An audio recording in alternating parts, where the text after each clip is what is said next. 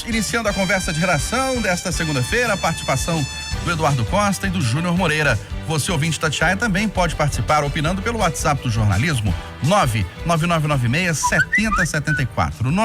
99996-7074. Aqui você manda uma mensagem de texto com a sua opinião. Não se esqueça de colocar o seu nome, o bairro ou a cidade de onde você está falando. Nova tragédia da chuva marca a história de Belo Horizonte e deixa mais uma família da capital em luto. Eduardo Costa, bom dia para você, ótima semana. Bom dia, boa semana, bom ano para todo mundo. Eustáquio, sabe aquela pergunta que a pessoa te faz assim: você, se voltar de novo, gostaria de fazer tudo do mesmo jeito? Não faz isso pra você? Sim. Eu sou muito grato a Deus pela minha vida, eu não teria dificuldade nenhuma de voltar e fazer tudo na mesma trajetória. O que eu tenho dúvida às vezes é se eu gostaria de ser jornalista, embora ame a profissão. É porque, como jornalista, você é obrigado a estar antenado. Então, ainda que você esteja descansando, mas no sábado você tem que se informar, no domingo. E são alguns assuntos, né? A história desse menino, 13 anos, esperto, bonito, teve o cuidado de se abrigar, sacudir a roupa e tal, mas depois achou que podia ir. Ele não, 90%, eu sou capaz de apostar que 90% das pessoas não tem ideia, e eu só tenho por conta da experiência profissional, não tem ideia da força de uma enxurrada. E ele subiu a enxurrada onde roubou, jogou debaixo do carro e ficou ali até morrer. É de cortar o coração. A única coisa que eu posso fazer é pedir a Deus que dê muita paz à família, sabe? E você, Júnior Moreira, o que dizer desse caso trágico? Bom dia para você. Bom dia para todo mundo. É difícil de falar alguma coisa sobre isso, né, Eustáquio? Uma tragédia. Acho que a gente só pode aprender com tudo isso, né? Como o Eduardo disse, a nossa experiência profissional nos traz alguma consciência, talvez alguma lembrança um pouco mais viva, que a gente, né, vive a notícia de forma mais firme, talvez.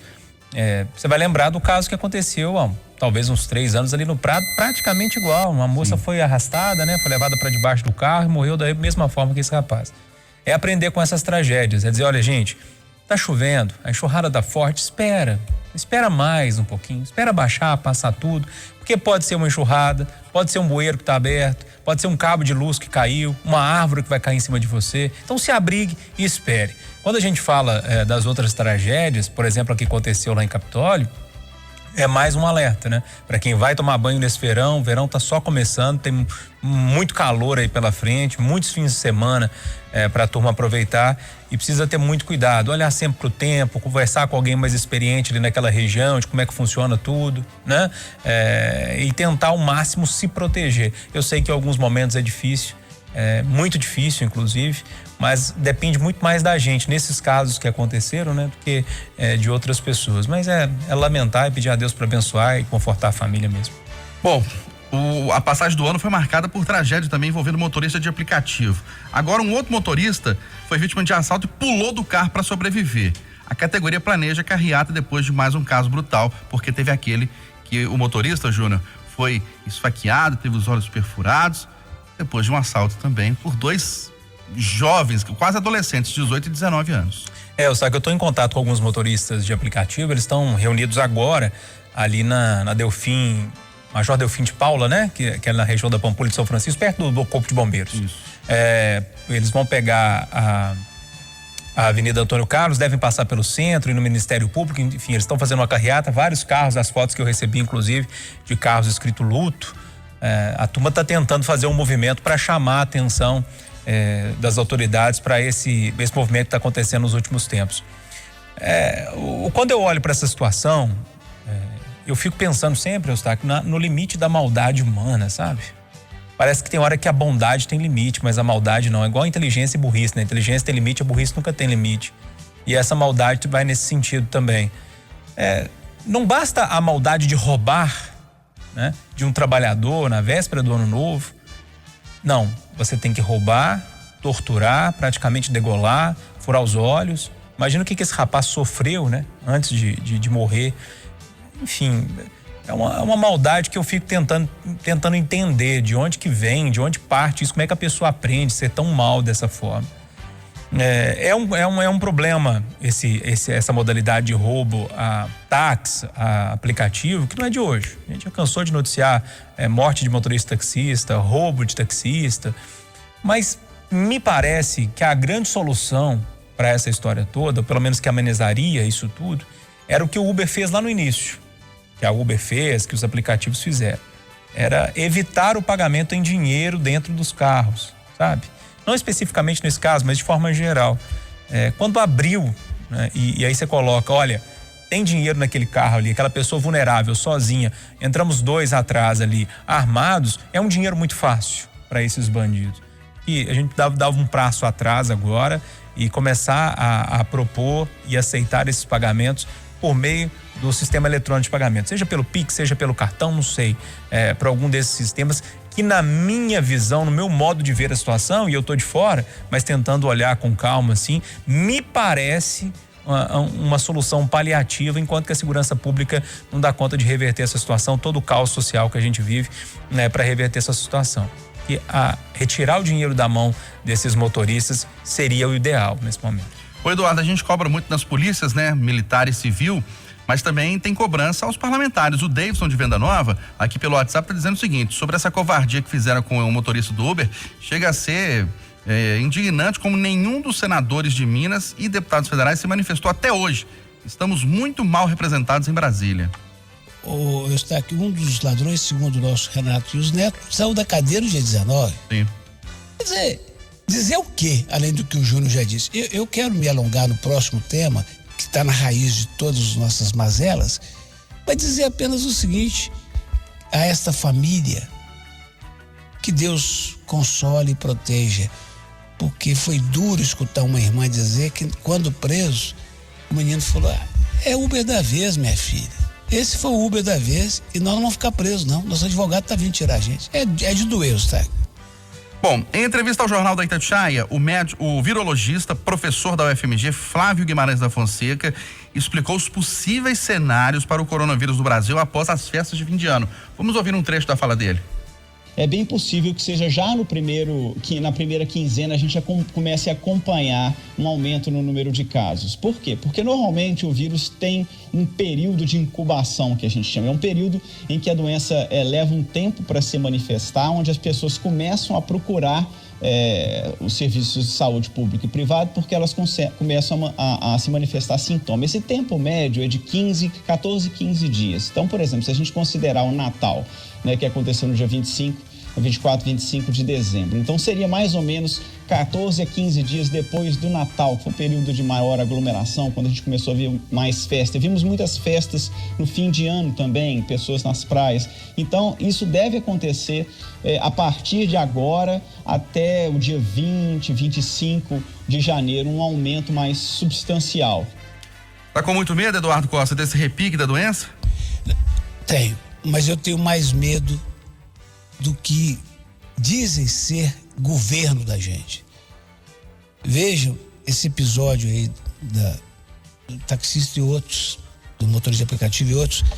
Quer dizer, vejam o tratamento que deram ao assassino da juíza lá no Rio de Janeiro. E olha que eu não acho que foi errado, não. Ele merecia a preventiva que já deram para ele e as tratativas de mudanças na lei que estão sendo feitas no CNJ. Mas, precisa chegar numa juíza? Nesse episódio da pandemia, eu estava vendo no noticiário ontem, eu estava pensando assim, Deus do céu, por que tem que ser assim? Na minha cabeça, a pandemia foi anunciada em janeiro. Chegou aqui lá para março. Quando ela chegou, eu não sei de quem que devia partir, se do presidente do Senado, do STF ou do presidente da República, mas os três tinham que dar uma entrevista coletiva, falar na cadeia de rádio e televisão, dizer assim: primeiro, nós lamentamos que um país do tamanho do nosso, com tanto recurso material e humano, não tenha condições de fazer uma vacina nos próximos meses, por culpa de todos aqueles que governaram esse país nos últimos 100 anos. Mas nós vamos fazer a nossa parte. Nós estamos, a partir desse momento, unidos e, ao longo dos próximos meses, além de socorrer a população, nós vamos tratar de nos preparar para quando a vacina vier. Aí, um ano depois, Eustáquio, o governo federal descobre que não comprou as vacinas que precisava comprar e que agora os fabricantes estão aumentando o valor da vacina, da agulha, da seringa. Claro que eu sou a favor do governo, do Guedes, do Bolsonaro e do Ministério da Saúde de proibir a exportação, dizer para os caras, vocês não vão repetir aquela história das luvas, das máscaras. Não, vocês não vão fazer isso. Vocês vão ter que vender, para isso. Uma coisa é livre comércio, é governo liberal, outra coisa é esculhambação. Agora, como dói saber, Eustáquio, que o governo federal não comprou essas benditas seringas em julho. Já que não tinha vacina, Eustáquio, pelo menos comprar as seringas. Comprar as agulhas. Com toda a letargia de que é acusado, o Zema comprou tem uns 2 meses. São Paulo comprou, a prefeitura da capital anunciou recentemente que comprou. Aí descobre, aos 44 do segundo tempo, que tem que comprar seringa, agulha e que o preço está alto. Não consegue comprar o que precisa. É inadmissível, é inadmissível. Atenção, ouvintes que amam o senhor Jair Bolsonaro. É inadmissível o comportamento desse cidadão ao longo dessa pandemia. Inadmissível. A última dele foi colocar um militar, um general, à frente do Ministério da Saúde, alegando que o cara era bom de logística. Olha o resultado. Mas não é só do Jair, é do Rodrigo Maia, que está fazendo só política, é do Alcolumbre, que é um zero à esquerda, é dos 3 senadores mineiros, dos 53 deputados por Minas Gerais, é da Justiça, é um bate-cabeça inacreditável, senhor Eustáquio. Eu disse recentemente, no Café com Notícia do Júnior, que quem tem dinheiro vai se vacinar antes de março. As clínicas já estão comprando. E eu desespero de quem tem dinheiro, porque no que depender de providência do governo, amigo, é um negócio inacreditável. Então, eu respeito os médicos quando eles ficam assim, vai apertar, nós vamos viver um período isso, vamos viver um período aquilo. Mas isso não é o foco, gente. O foco é que o mundo está vacinando e nós estamos aqui discutindo se a vacina vale ou não. Nós estamos discutindo se devemos ou não usar a urna eletrônica. Acho que PQP eu posso falar, né, Eustáquio? Pode, PQP pode, Eduardo. Então tá dito. Olha, aqui pelo WhatsApp, 2 ouvintes destacam que além das festas de fim de ano, Júnior Moreira, teve outro problema em Belo Horizonte, no país, as eleições. O Márcio, aqui da capital mineira, e também o Fábio do bairro Copacabana, falando que as eleições, né, o fato das pessoas terem saído às ruas, isso contribuiu demais para o aumento de casos e esse agravamento da doença. Eu avisei. Mas eu acho que agora das eleições foi um erro, não resta dúvida, mas agora o problema é o Natal e o Ano Novo, né? Ficar batendo o pé lá na questão atrás e cometendo o mesmo erro um atrás do outro, uma vez atrás de outra vez, né? Ou seja... Desculpa te interromper, mas lá nas eleições, as autoridades que determinaram que as eleições tinham que acontecer naquela data. Uhum. Agora, no caso das aglomerações nas festas de fim de ano, é dever ou responsabilidade de cada um de nós. De cada um. Eustáquio, não resta dúvida que o janeiro deve ser um mês complicado. Todos os médicos, todos os virologistas, especialistas na área de saúde falam desse perigo desse janeiro e a gente já vem falando aqui já tem muito tempo, né? O Eduardo, tudo que o Eduardo falou, gente, tudo, eu assino embaixo. Em relação à letargia, à incompetência do governo federal na gestão da compra de vacina, de seringa, do negacionismo, conseguiram colocar uma sombra em cima da vacina, que é uma coisa impressionante, que tem de gente com medo da vacina por causa da fala do presidente, dos seus apoiadores. Isso tudo eu assino embaixo, mas eu vou dar uma volta para chegar aqui em Belo Horizonte e lembrar que desde o dia 31, Eduardo, ouvintes do Conversa de Geração, nós não temos os dados divulgados da pandemia aqui em Belo Horizonte, por causa do feriado, normal. Então esses dados devem ser divulgados hoje à tarde. E eu quero lembrar também que o prefeito na quarta-feira da semana passada deu ultimato. Falou que se os dados não baixassem, a partir dessa semana, algo ia acontecer. A cidade pode ser fechada, enfim, alguma coisa vai acontecer em relação à flexibilização.